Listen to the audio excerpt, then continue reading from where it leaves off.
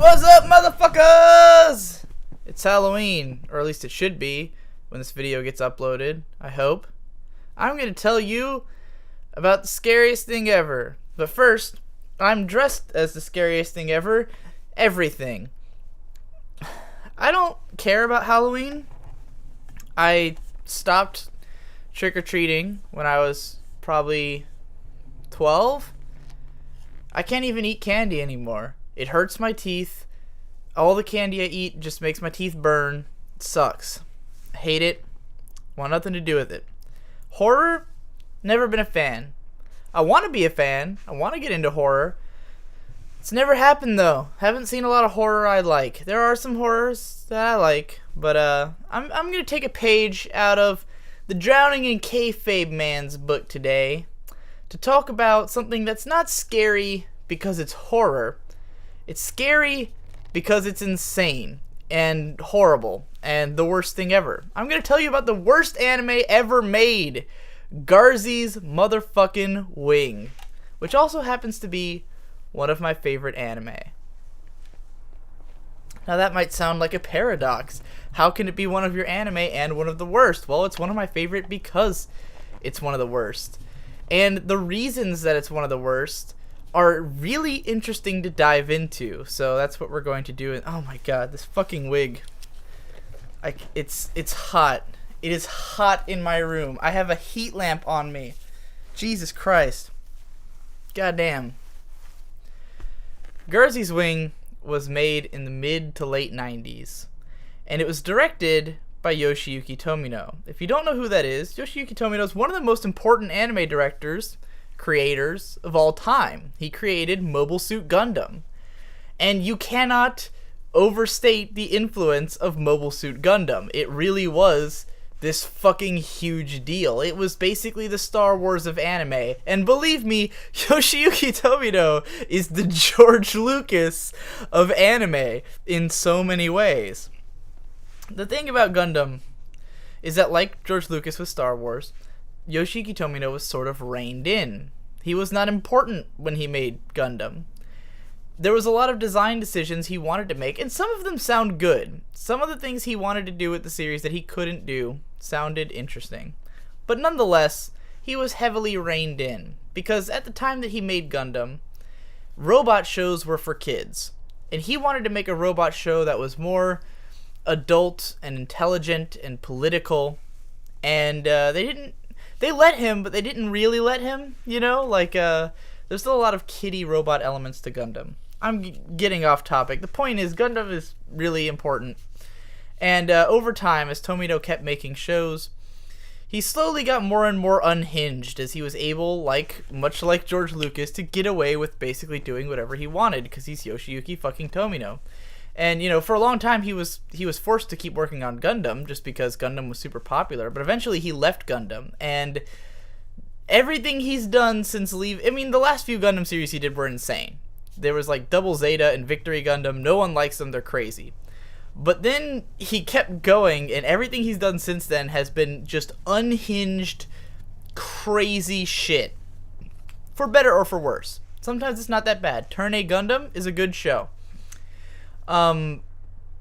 Fucking Overman King Geiner, debatable. Gundam G-Recko, which is on TV right now, debatable. But the things he did other than those... One of them's Garzey's Wing. Not so debatable. This 3-episode OVA, for one thing, it obviously should not have been 3 episodes. What happened here is that Garzey's Wing is like a fantasy epic. And it really is trying to tell like a really large-scale story in 3 episodes. It's actually tied into a universe from a different Yoshiyuki Tomino show. He did a show called Aura Battle or Dunbine, which I think was in the late 80s or early 90s. And it's like a 39-episode show, and it takes place in a world called Byston Well. So, Aura Battle or Dunbine has this kind of like big joined universe. I think Wings of Rion might be in the same universe, which is a show he did after Garzey's Wing, which is also completely terrible. But he did a bunch of shows in this universe, and one of them is Garzey's Wing, but it's not really connected to the others in a strong enough sense that you need to see them. You don't need to. Believe me, having seen the other shows will not make Garzey's Wing make more sense. It just doesn't make sense. It's 3 episodes long. It feels like an entire 13-episode series at least, if not a 26-episode series, crammed into 3 episodes. The thing is spastic, intense, crazy. It is crazy. When you watch this thing, your eyes widen, your jaw drops, and you can't believe that this is possible. You can't believe you're witnessing the things you're witnessing. And if you watch it in Japanese, it's already a clusterfuck. It has so many issues. For one thing, the voice acting in the Japanese version tries to be legitimate. It's all pretty wooden. It's not really anything special, but it tries to be legitimate. There's just nothing to work with. The script is trash. The story makes no sense. The animation makes no sense. The pacing makes no sense. It just jumps between things constantly, and you're just like, what the fuck is happening? But the animation is like, it's like it had a budget and certain scenes look great. There's like a fight scene in episode 2 that looks great, and then other scenes look ridiculously bad. Like one cell sliding across a screen slowly, and you can tell it's not connected to the background, and it looks like the worst thing you've ever seen. Like this show has legitimately the worst animation I've ever seen in a show, right next to pretty decent quality fight scenes within like 5 minutes of each other. It's crazy. The design sense is god-awful. The characters are all ugly. Most of the whole thing is brown. Like, everything's brown. It's in this like really shitty looking fantasy world. The outfits look like shit. The main character looks like he's wearing a fucking, like, a bag over his body or something. It's so stupid and bad looking, and, like, the monsters are kind of cool, I guess, but they're just kind of generic fantasy monsters. It's just a bad looking show. Despite occasional elements of decent animation, it's a bad looking show, and a badly written show. But when Garzey's Wing sort of became the cult hit that it is, because if you watch it in Japanese, you just go, wow, that was fucking horrible, I have no idea what I just watched. But if you watch it in English, that's when it becomes a masterpiece. Now, I don't know why Garzey's Wing was brought to the US, but it was brought by Central Park Media, and I guess that really answers the question, because the president of Central Park Media, his favorite anime was one called MD Geist, which is widely considered to be absolutely atrocious. But this guy loved it, and MD Geist was the logo mascot of US Manga Corp, which is the fucking the name under which they released their anime, under which Central Park Media released their anime. So Central Park Media released all kinds of shit in the 90s and early 2000s. They didn't give a fuck. They released all this terrible, terrible schlock that makes you go, how the hell did that get brought anywhere? Why would anyone watch this and think, oh, everyone in the world's gonna enjoy that? So not only did they bring it to the US, but they dubbed it. And it's the most hilarious dub ever. For one thing, all the characters shout constantly. Everyone. They all just shout. Everyone shouts. They stumble over their lines every 5 seconds. They're inconsistent with their characters. They yell over one another. There's like no sense of timing to the dub at all. It was just not directed. No one told these people what to do, and these people walked into a booth, shouted a bunch of lines. It sounds like they were reading the script for the first time. Like, they came into the booth, had the script put in front of them, and they read it. The first line that Chris Chiaki, the main character, says, he says, like, I will go there, and then I will be back for the pool party, Rumiko. Like, he literally fucks up her name in the first line of the film. It's baffling. It's like it's like it came from another world. As you watch it, you can't believe it's really happening in front of you. That this was like made seriously for sale. And no one really knows why this happened. Like, Yoshiyuki Tomino came to an anime convention not long after the release of Garzey's Wing, and they tried to ask him a bunch of questions. By the way, I know this because of the Anime News Network article Buried Garbage, Garzey's Wing, which was written in 2007 and introduced a lot of people, including myself, to Garzey's Wing. It's similar to this video I'm doing now, but in much shorter form. And it was just meant to be like a, hey, here's some weird anime. But the guy who wrote that article had worked for Central Park Media around this time. And he said that, like, they all tried to get answers from Tomino about it, and he was just like, I don't want to talk about it. So Tomino knew this was a disaster. He knew that things had gone wrong.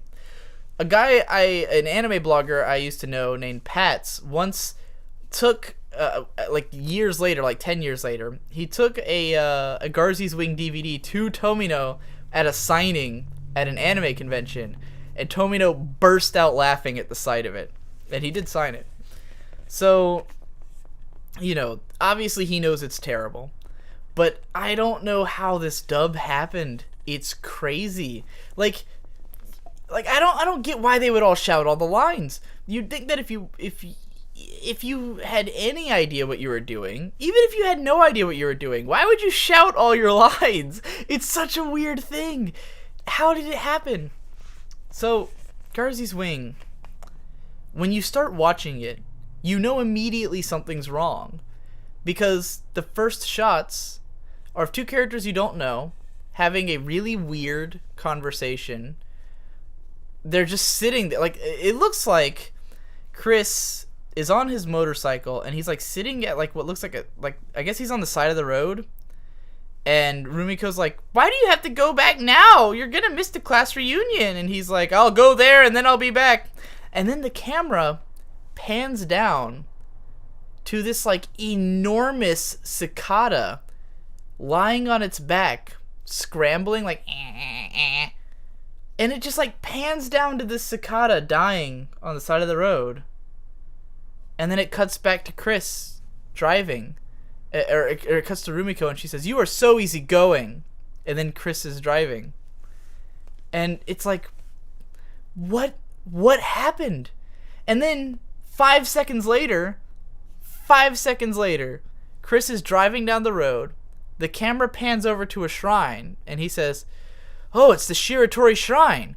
That's the place where Yamato Takeru no Mikoto came down from the sky. And then a giant rainbow duck swoops down from the sky and steals his soul out of his body, drags it into the air, and he's all going like, oh, ah! And then it's just like, title card, Garzey's Wing. And that's when you know. That's when you know you've stepped into a whole other world. You know that things are different now. Your life will never quite be the same. And the duck is yelling, show me the ancient Japanese man's spirit. and then his body is like, his like ghost body is floating through this like rainbow fucking sky. He's like, oh, what are you, a ghost? And he's like, why do you think this is the work of a ghost? Then are you Yamato Takeru no Mikoto? And then these like random women are there. And they're like, a man is falling down. A young man, isn't he? And the reason I'm telling you all this, even though you could watch this yourself, is that there's a clip from that Anime News Network article called Garzey's Wing Comedy Gold. And he took this whole scene and a few other scenes that he thought were some of the best scenes from the show, and just, you know, had a clip show of them. And it's hilarious. And before I saw Garzey's Wing, I had watched that clip show a bunch of times with my friends. And I can honestly say that I learned new things every time I watched it, because so much was happening that I did not process it. Like, when they're falling and the two girls are there, and they say, a man is falling, a young man, isn't he? I just didn't understand. I thought they were in a car or something, or like they were on the road, because that's the thing. 1 second ago, he was on the road. Now he's flying through a Technicolor dream world, and then a fucking fairy girl gets stuck in his necklace and dragged with him. And what actually happened there, as I understand it, is that he passed through the fairy world, and those two girls are fairies who are commenting on him. And then another fairy, Falaria Fa, I know that because that's the name of my Terra character, gets caught in his necklace, and he drags her down into Byston Well with him. So she's not from Byston Well, she's from this fairyland, and he just passed through there in this, like, 1 second, completely unexplained moment. Like, we learn later that she like complains about how she's been dragged from her home, but we don't understand why that has happened unless you've inferred it from watching that first scene. So Garzey's Wing, you can only even comprehend it once you've, like, given it a lot of thought. Like, once you've looked back and gone, oh, that scene was supposed to be where he got this item. You couldn't tell because he, like, picked it up in 1 second in some shot, but it was actually important, and now he has it in some later scene. Like, it's always like that. And the dialogue is, of course, classic. If you watch that clip, the Justin Savakis clip, it's beautiful. There's the scene when Chris wakes up in bed, and he's communicating with Chris from Byston Well through a necklace that he's wearing.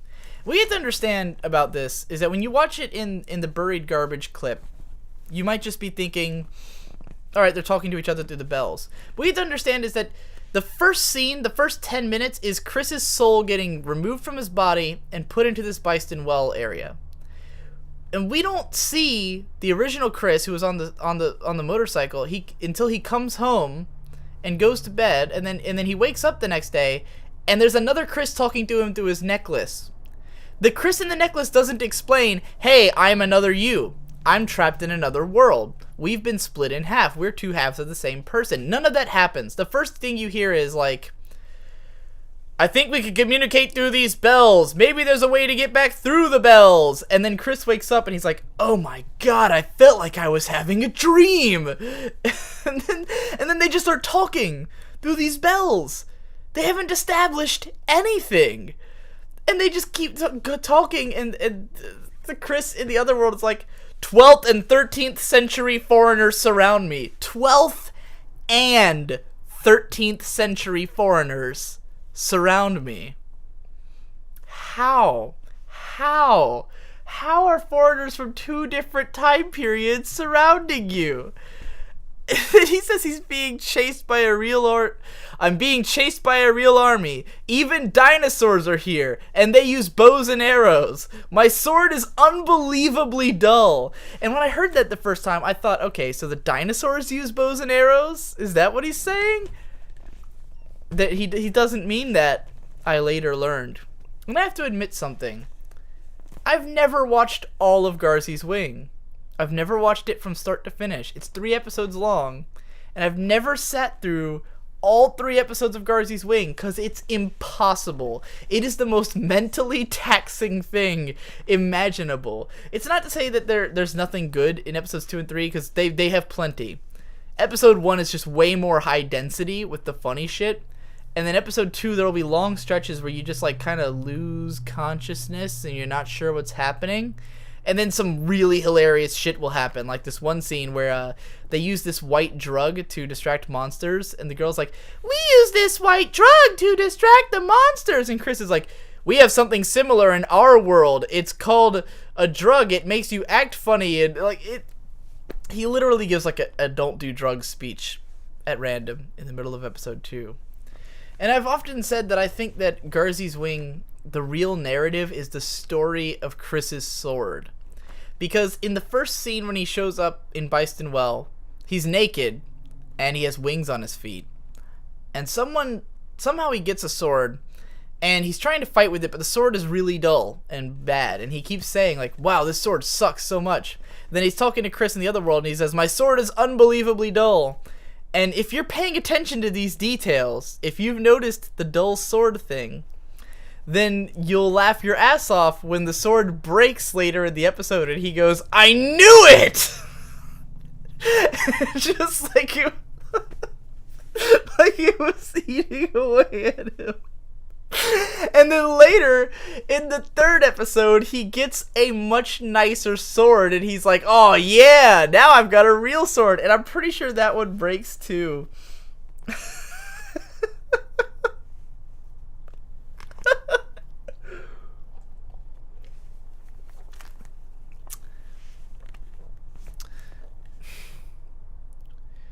He's just a human.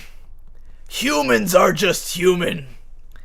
They come into this world with dreams and aspirations. They want it all. And they try to use the power of the earth and power of the spirit. You are right.